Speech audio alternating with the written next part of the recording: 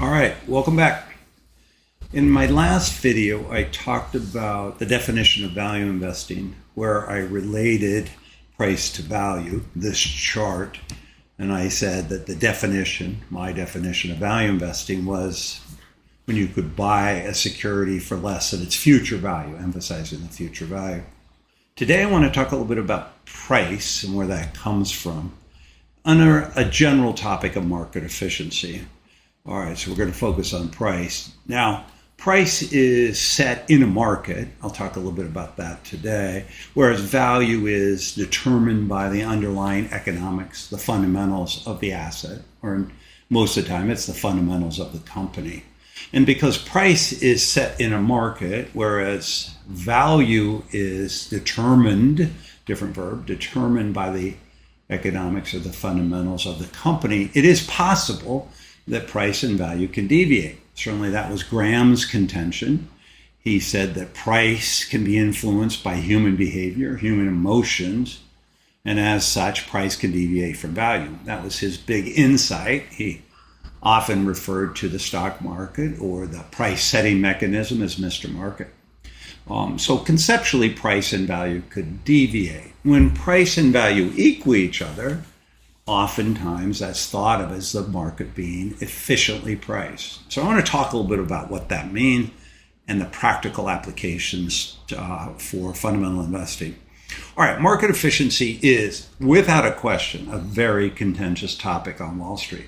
In fact, if you ask the average fundamental investor, active investor, somebody who's picking stocks, they'll tell you the market is not efficient, which I always find fascinating. If you go talk to the academics who generally have never invested any money, they'll tell you the market is very efficient. And that's the huge divide between practitioners, particularly fundamentally driven investors, and academia.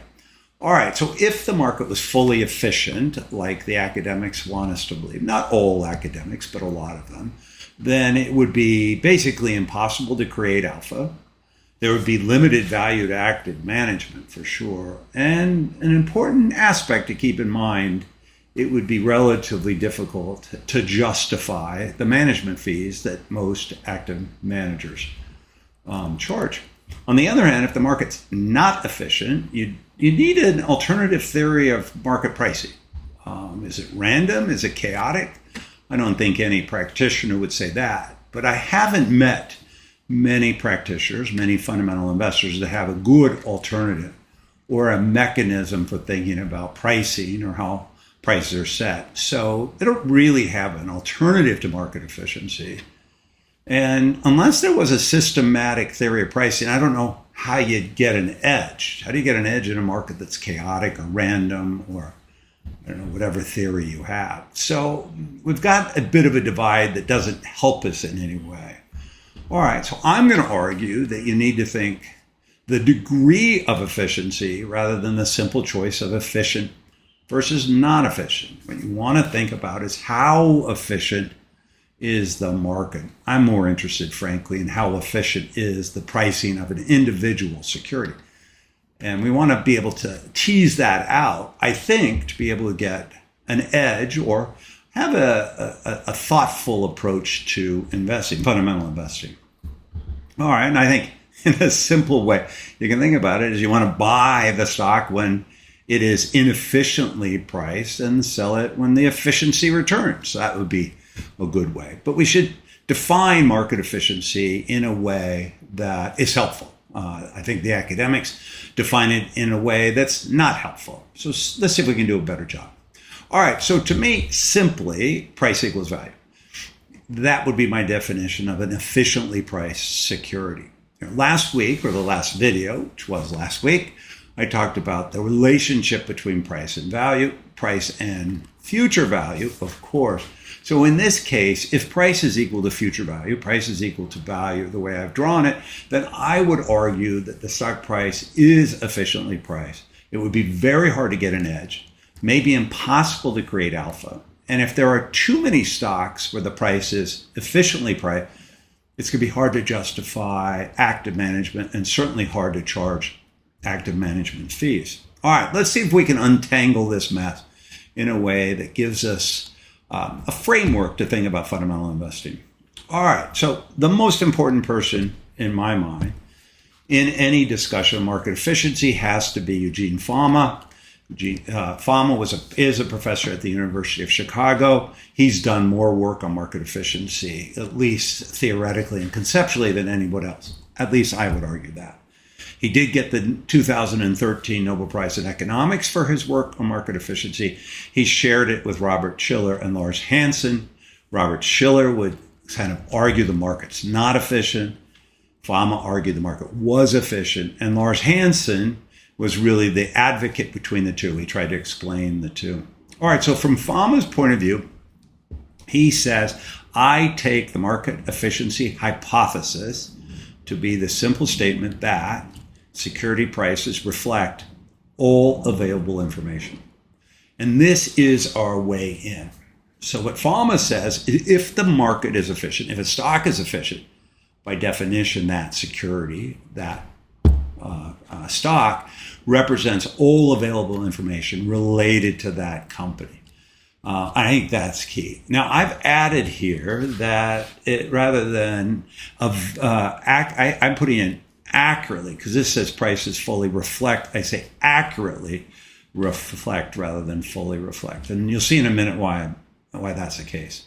Okay, so here's Fama's proposition mapped. If information is disseminated adequately, enough people have access to it, it is then processed without any systematic bias, and then the investors can incorporate their estimate of value into the stock price. The stock price is effectively efficiently priced. So if information is disseminated widely enough, processed without systematic bias, and then incorporated into the stock market, I would argue the stock is efficiently priced. P equals V. All right, this is the way in. Guess what? Because there are 3 steps to the process of information being fully reflected, accurately reflected in the market, there are only 3 ways for the market efficiency to fail. Information is not disseminated adequately, or it is disseminated adequately, but it's not processed accurately. It's processed maybe with a bias, or it is disseminated. It's processed correctly, but investors cannot incorporate their estimate of value into the market. Either there's a liquidity constraint or there's an unwillingness on the part of buyers to actually enter into the market. Those are the only 3 ways the market can fail, and therefore there's only 3 ways you can get an edge in the market, right? It comes right from that. All right, if you have information that the market does not have, you have an informational advantage. We'll talk a little bit about each of these. If you've processed that information more accurately than the market, then you have an analytical advantage. And finally, if you have an edge in being able to exploit that information in the market, you have a cost or trading advantage. That's it. So there's only 3 ways to get an advantage or an edge in investing: an informational advantage, an analytical advantage, or a cost or trading advantage. And those are the only conditions in which P would not equal V, where you'd have the ability to outsmart the market effectively. All right, informational advantage, the first one. This is basically, you know something the market does not know. It's not more complicated than that. And it really starts with information. So I'm going to do a very simple segmentation of information. First is non-public and public. Public is fully disseminated information available basically to anybody who wants it. Non-public information is information that's not been disseminated, not been released, not been announced. Some of that information is going to be available, but you're going to have to go get it. You're going to have to go find it. You may have to pay for it. All right, let's take the non-public information, split that into 2 buckets: non-material non-public and material non-public. Material non-public is the information that the definition of material non-public information is effectively information that, if it was known to investors, would change the stock price. It would change the estimated value of the company.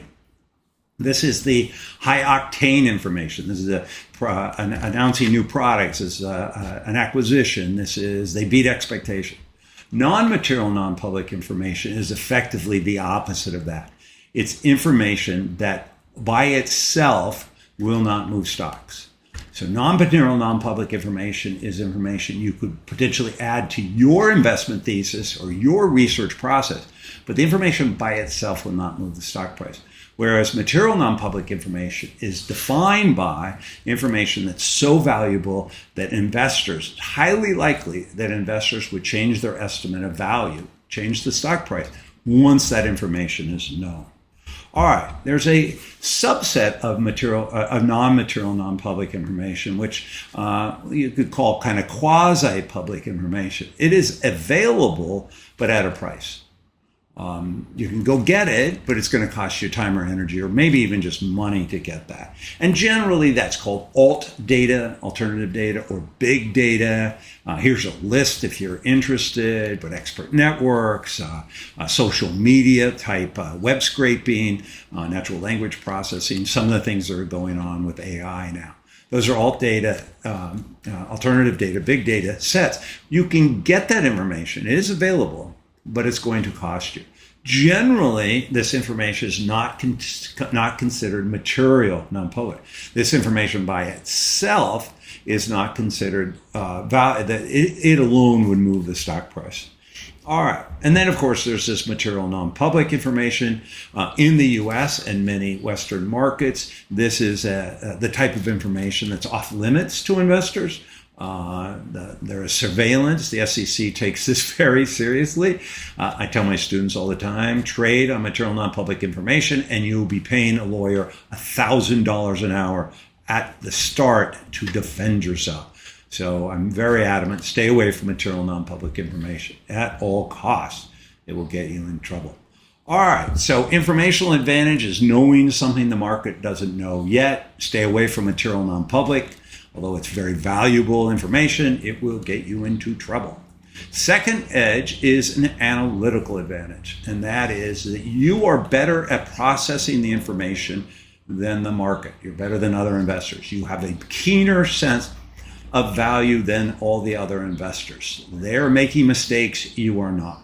Now, when Paul Sonkin and I Pitched the Perfect Investment, we came up with this analogy.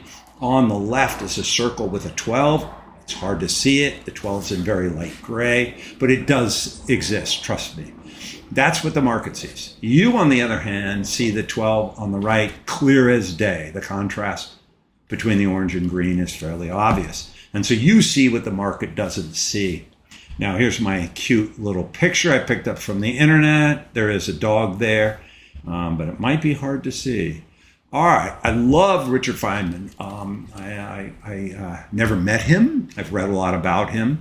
I thought he's a really brilliant individual, great scientist. And he has this quote, which I think relates well to an analytical advantage. Discovery is seeing what everyone else has seen and thinking what nobody else has thought. That's his definition of discovery.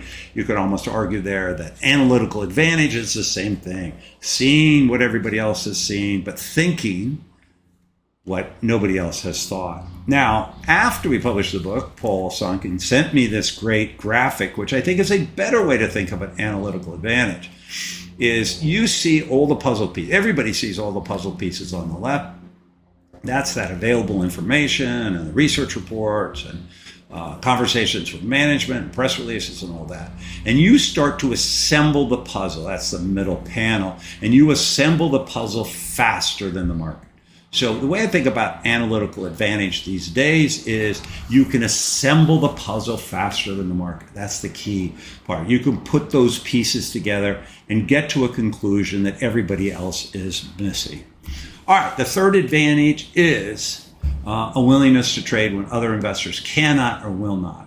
The cannot is, I often think these days of March of 2020, beginning of COVID, market's down 35% in a very short amount of time, 5 weeks or something like that.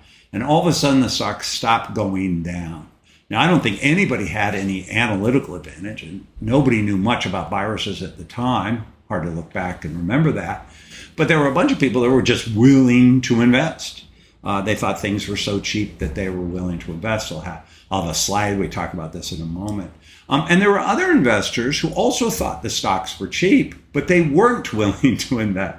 So willingness to invest is an important trading advantage, and the other one is just liquidity. There may not be enough liquidity in the market or in the security to be able to do the trades you want. All right, so those are our three. Informational advantage, knowing something the market doesn't know. You have put it all together in a way the market hasn't.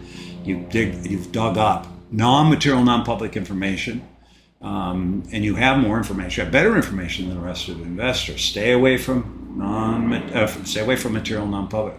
But analytical advantages, you've assembled the puzzle pieces more accurately or faster than everybody else. Cost or trading advantages, you have the liquidity, or you just have the willingness to trade. That's it. That's all we've got. All right. So I put the pieces, the three of them together: informational advantage at the top, analytical advantage lower right, trading advantage on the lower left. Because one of the things I've discovered over the last couple of years is that you can combine them in different ways to get different kinds of edges. I want to walk through that. All right, an informational advantage and an analytical advantage is what I call the standard hedge fund trade. Why do you call it that? Because hedge funds are in the business of making trades, aggressive trades, often based on what they think they have edge. More traditional long-only firms tend to buy and hold, not exclusively, and they also trade. But hedge funds are really built and designed for that higher velocity trade. So a standard hedge fund trade, in my mind, is they believe they have an informational advantage. They've put it together and created an analytical advantage, and they're willing to do the trade. Another combination is informational advantage and a trading advantage, and this is what I refer to as a hard catalyst trade. I'm going to talk about that in a future video next week or the week after. I'll talk specifically about catalysts and related. But that's when you have an informational advantage and you're willing to trade on that. You really do believe that once that information is released, generally disseminated, the stock will go up or down.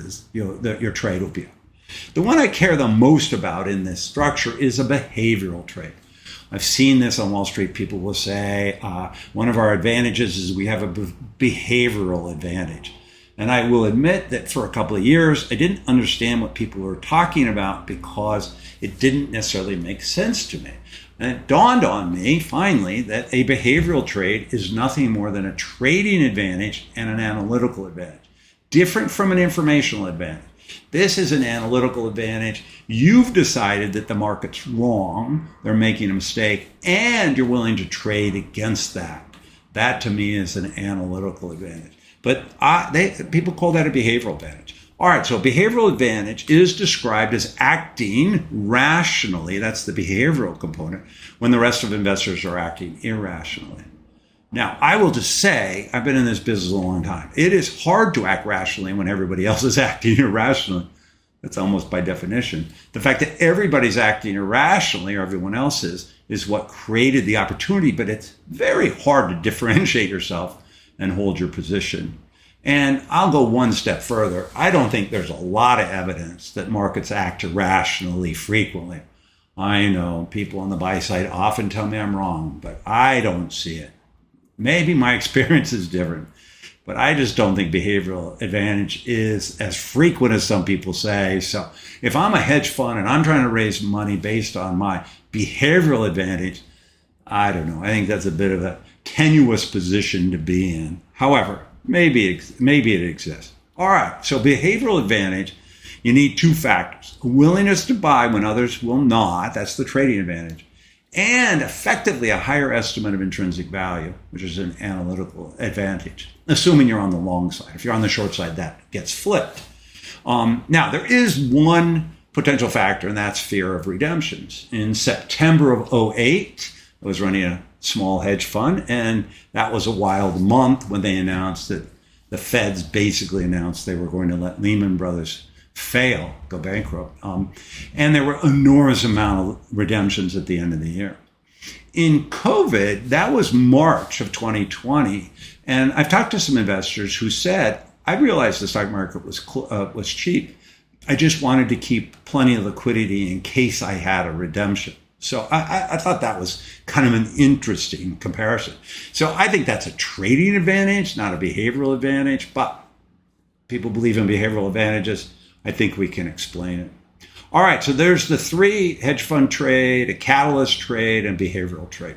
And I'll go into more detail in catalyst in a future video. All right, so this is from Pitch the Perfect. Way you want to think about it. So you take public information, you add non-material, non-public information. That's the stuff that you don't go to jail for. You run it through a good analytical process.